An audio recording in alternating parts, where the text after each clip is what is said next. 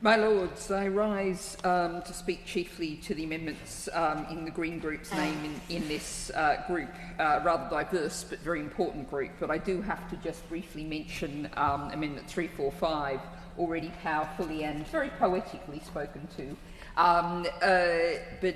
The discussion, we heard so many sad stories of the trees that we've lost, but as a Save Sheffield Trees campaigner, it made me think of two magnificent specimens in Sheffield, the Chelsea Road elm and the Vernon Road oak indoor, where communities had to put enormous efforts, including risking life and limb and risking arrest, to save those trees. And what that amendment would do is create a mechanism to make sure that those efforts could be put towards more constructive activities rather than being to defend what's already there. But I'm going to chiefly speak to Amendment 346 in my name, which is an amendment calling on local authorities to report on land contamination. Now, the Noble Lady, Baroness Hayman, I'm trying to remember, I think it was the Noble Lady in both groups. This is raising Zane's Law. And in the Building Safety Bill and the Levelling Up and Regeneration Bill, this is essentially in a form an amendment that I brought before. And the whole campaign for Zane's Law has developed significantly since then, but this amendment is by way of a probing amendment to see what's happening, because there's actually a lot been happening since the last time we discussed this, and the Noble Lady was then sitting beside me in opposition benches and expressing interest in the issue. And it's also offering the government a suggestion for at least a partial way forward, because this is, I think, a very urgent issue. And that's just been acknowledged recently. In July, the Mayor of London backed Zane's Law, pushed very much by the London Assembly member Zach Polanski, and just a few days ago, the TUC conference, a motion moved by the Fire Brigades Union, but also backed by the NEU, Unison, Unite and the CWU, all called for a Zane's Law. So many noble lords are new since the last time we discussed this in this House. Zane's Law is named after the 7-year-old Zane Bangbola, who died in February 2014 during flooding of the River Thames at Chertsey in Surrey. Now, Zane's parents, Kai and Nicole, know that he was killed by toxic hydrogen cyanide gas from a former waste dump. His father was left paralysed by that gas. Now, that is not what the inquest says, but everyone knows that is the fact. And indeed, I note that Zane's parents recently had a meeting with the Prime Minister to discuss the Truth About Zane campaign and to see what can be done to finally get the record set straight. But what this is about an issue that directly affects far more many people. And I note that I actually, in June, held a Zane's Law Summit here in Parliament, acknowledging that current UK regulations on contaminated land are grossly inadequate and a threat to the safety of many, particularly given climate breakdown, rising sea levels, increasing rainfall and flooding. And that summit heard from campaigners around the country with very significant issues. The case of Zane is about a historic landfill that was closed off many decades ago. There are actually ongoing immediate landfill issues which are not being properly dealt with and which Zane's Law would deal with more broadly.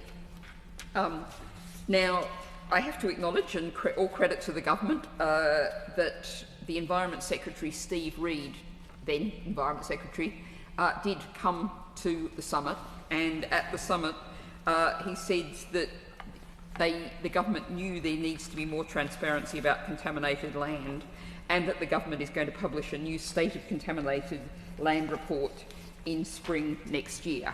So one of the things I'm looking for from the Noble Lady today is a report on how that's going, a reassurance that progress is really being made. And the Secretary of State said at that meeting that the department's developing a land remediation pathfinder scheme to provide financial support to councils to remediate the land that's contaminated. Now, so this amendment really, I'm looking and hoping to hear from the Noble Lady, the Minister, of what progress is being made. We, of course, have seen a change of personnel in her department since then, just to hear what's happening. I also want to raise a further issue which has been raised with me, and I'll understand if the noble lady wants to write to me about this, which is, as the pressure of the campaign for Zane's Law is growing, I'm hearing reports that landowners may be selling what they know to be contaminated land, even if it's not properly identified and fully understood, and trying to basically dump it before further action gets to be taken. And a question, does any agency, institution or duty have a duty to record, report or interact when there's such disposals or purchases? We know there's a big issue coming. How can we ensure that perhaps innocent buyers and innocent communities don't get dumped with land like this? I come now to Amendment 346A, tabled in the name of my noble friend Baroness Jones of Moulscombe, and this fits rather more closely in this group, particularly talking about trees. And as the noble lady Baroness Grender says, we are going backwards in terms of biodiversity and with issues around trees, etc. Now, I note that the 2025 State of Woods and Trees report, roughly 40% of our ancient woodlands, the UK's most biodiverse temperate habitat, are being damaged by plantation forestry, making their restoration as a priority to meet the government's 2030 nature recovery targets. And this truly is a shocking figure. In 2023, 6 hectares of damaged ancient woodlands were restored. The target for the year was 5,000 hectares.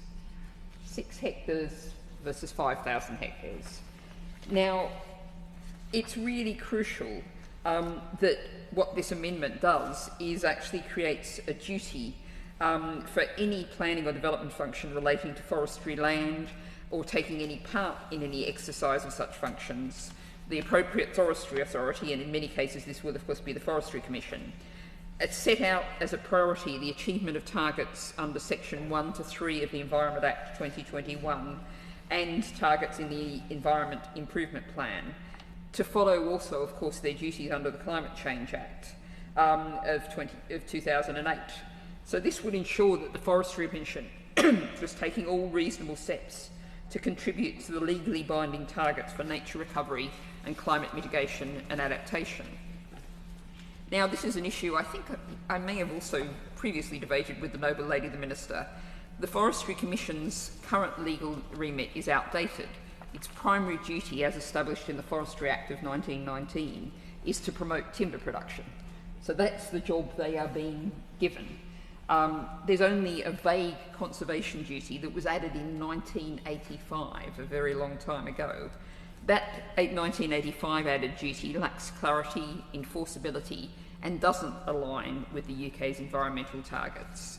So this is something we really need to do simply to protect nature and to act on the climate. And if the forestry estate is open to renewable development through this bill, then eventually act, it's vital that its decisions do not undermine irreplaceable habitats. So updating the Forestry Commission's remit is timely, necessary, and, as we know, widely supported by the public and the conservation sector.